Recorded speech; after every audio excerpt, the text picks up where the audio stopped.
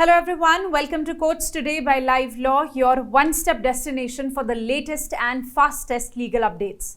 I'm your host Urvashi Chauhan, bringing you day-to-day happenings, landmark judgments, crucial rulings and expert insights into the world of law. Starting with an update from the 9-judge Constitution Bench of the Supreme Court, which has delivered an important judgment today.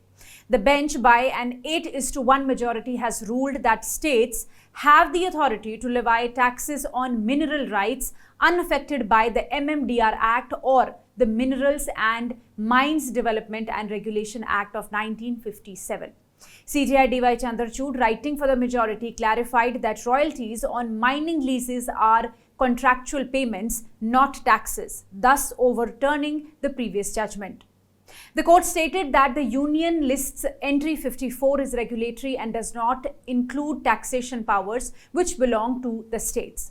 Additionally, the MMDR Act does not limit states' taxing power, and the term land in the state list includes mineral-bearing lands, thus permitting states to tax them. Justice B.V. Nagratna, let me tell you, delivered a dissenting judgment viewing royalties as taxes and warning that allowing states to levy additional taxes could lead to uneven resource distribution and harmful competition among states, disrupting the federal system. After the judgment was pronounced, Solicitor General Tushar Mehta, senior advocates Arvind P. Datar and A.M. Singhvi requested the court to clarify that the judgment would operate only prospectively. Senior advocate Rakesh Dwivedi opposed the demand. The bench then agreed to hear the parties on this point next Wednesday. To read in detail about the issues addressed by the court, you can visit livelaw.in. In another development, Delhi Chief Minister Arvind Kejriwal's close aide Bibhav Kumar has approached the Supreme Court against Delhi High Court's denial of bail in the Swati Maliwal assault case.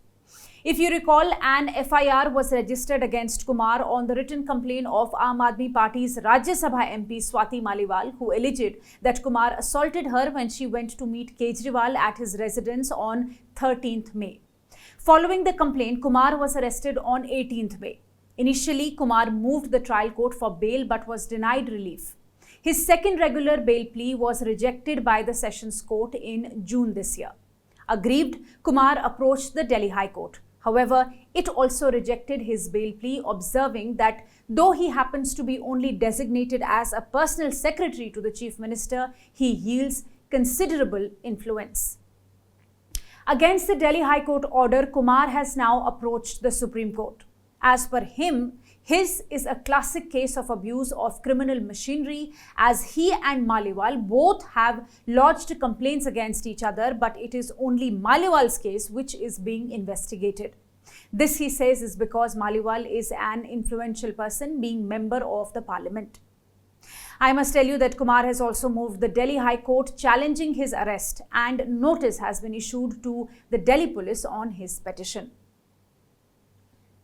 The Himachal Pradesh High Court has issued a notice to actress Kangana Ranaut on a petition challenging her election as a member of parliament from the Mandi Lok Sabha seat. She won the Mandi Lok Sabha seat, defeating her rival Congress candidate Vikramaditya Singh by 74,755 votes. Like Ram Negi, a former Forest Department employee, has filed the election petition claiming that the returning officer or the RO allegedly wrongly rejected his nomination papers to contest from the Mandi Lok Sabha constituency. It is his case that he was given time till 15th May to produce a no-dues certificate. However, when he submitted the required documents to the RO on 15th May, the RO rejected his nomination papers on the ground that the absence of required certificates while filing his nomination papers on 14th May was a significant error that could not be rectified. A bench of Justice Jyotsna Reval Dua issued notice to Ranaut, directing her to respond to the petition by 21st August.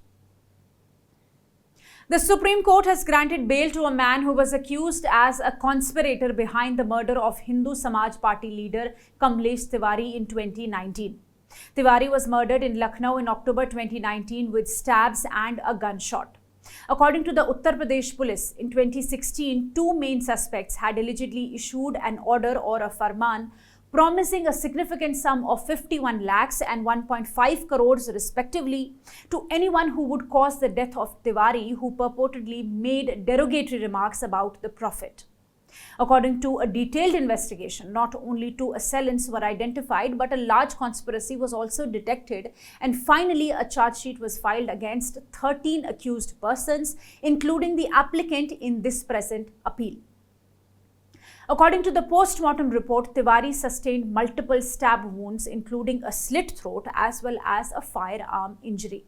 The single-judge bench of the High Court had denied him bail, observing that it was a case of extreme communal hatred and that there was substantial evidence that the applicant accused was involved in crime and was part of a larger conspiracy, and also a specific role was assigned to him to give legal assistance to the main assailants if they got arrested. But now the Supreme Court bench of Justices Abhay S. Oak and Augustine George Massey have granted him bail. The bench observed that he has already been incarcerated for more than 4.5 years. And apart from this, it also took into account the allegations imputed against the appellant accused. Further, the court noted that he had no criminal antecedents and the UP Gangsters and Anti-Social Activities Prevention Act of 1986 was not invoked against him. While hearing the T.N. Godavarman case, an omnibus forest protection matter, the Supreme Court has pulled up the Maharashtra state authorities for allotting a notified forest land to a person as compensation for illegally taking away another property of his. The bench of Justices B.R. Gawai and K.V. Vishwanathan was hearing an interlocutory application filed by a litigant who claimed that his predecessors bought a 24-acre land in Pune during the 1950s. Over the time, the state government occupied his land, prompting the litigant's predecessors to file a lawsuit. They won the case through various court levels, including the Supreme Court.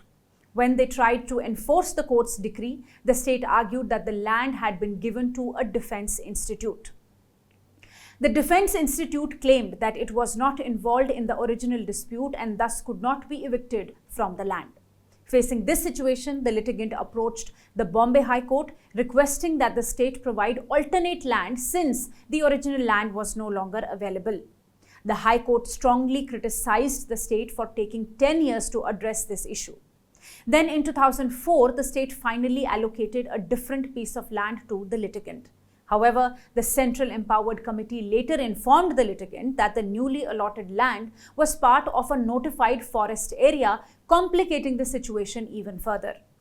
Calling a clear stand from the state, the court has now permitted the applicant to place on record the rates for the two pieces of land, that is the original land which was occupied by the state and the alternate land which was allotted by the state but found to be forest land. The matter has now been adjourned to await the response of the state government on how it will compensate the applicant. Observing that special situations call for special remedies, the Delhi High Court has allowed the plea moved by Chief Minister Arvind Kejriwal, who is in judicial custody in the alleged liquor policy scam, for granting 2 additional meetings with his lawyers through virtual conferencing in a week. Justice Neena Bansal Krishna said that it could not be ignored that similar relief of additional legal meetings has been allowed to co-accused Sanjay Singh in the case. The petition, let me tell you, was moved by Kejriwal in the money laundering case. He is also in judicial custody in the CBI case.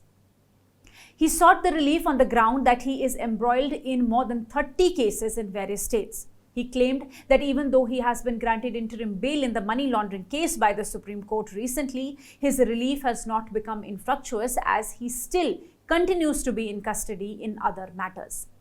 Allowing the plea, the court said that Kejriwal was seeking his fundamental right of fair trial and of legal consultation while he is confined to Tihar jail.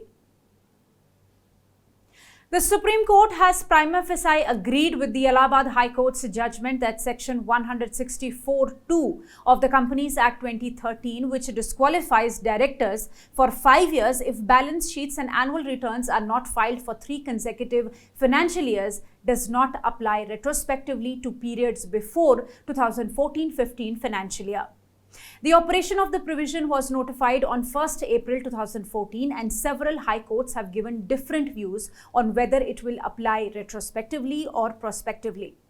While the high courts of Allahabad, Gujarat, Kerala and Karnataka held that the section will have prospective applicability, the High Court of Delhi held that it can apply prior to 2014.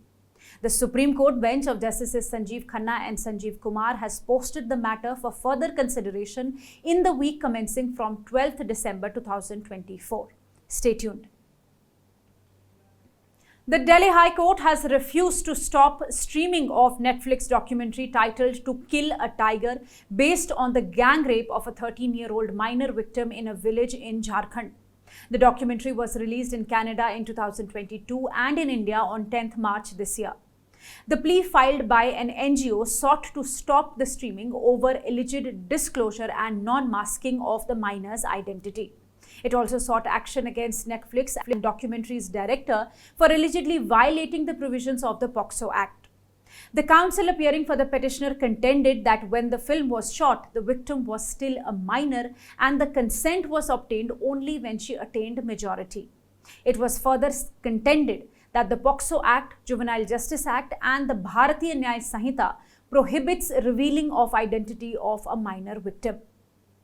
After hearing the parties, the division bench comprising Acting Chief Justice Manmohan and Justice Tushar Rao Gadela proceeded to issue notice in the PIL and refused to pass at this stage any ad interim order.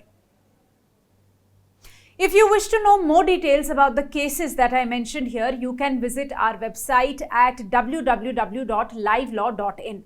Stay ahead with quick legal updates only on Live Law. Do not forget to like, share and subscribe and support us.